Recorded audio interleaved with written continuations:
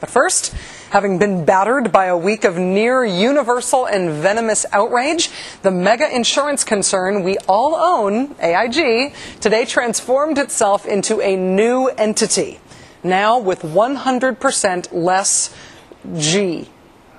AIG is now AIU. If you happen to be walking by one of AIU's Manhattan office buildings on Friday, this is what you would have seen.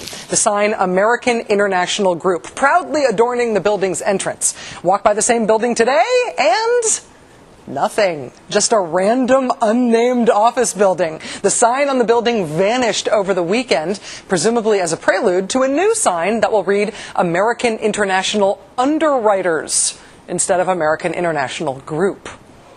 So, does that make you feel less angry?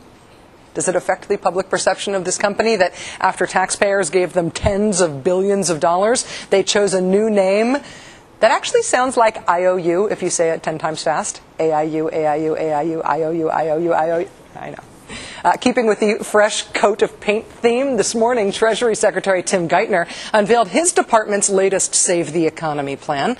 This time, instead of buying up toxic assets from financial firms, the government is asking private investors to join with it in buying up legacy assets. Legacy assets? Yes, they are the same thing. They're the same bundled mortgages and stuff that we used to call toxic assets. Such a hopeless term. Now we call them legacy assets. Very pretty.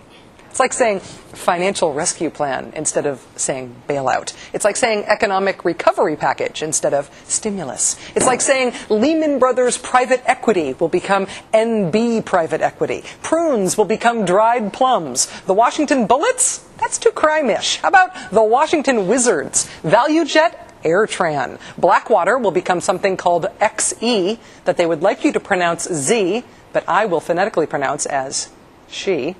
Candlestick Park will become 3Com Park, will become San Francisco Stadium, will become Monster Park, will become Candlestick Park again.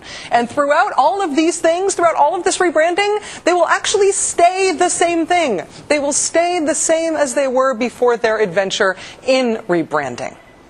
In these trying times, renaming everything is understandable. I get the impulse. I get why this is going on, and PR firms are being paid a lot to orchestrate this. But honestly, it's not that constructive.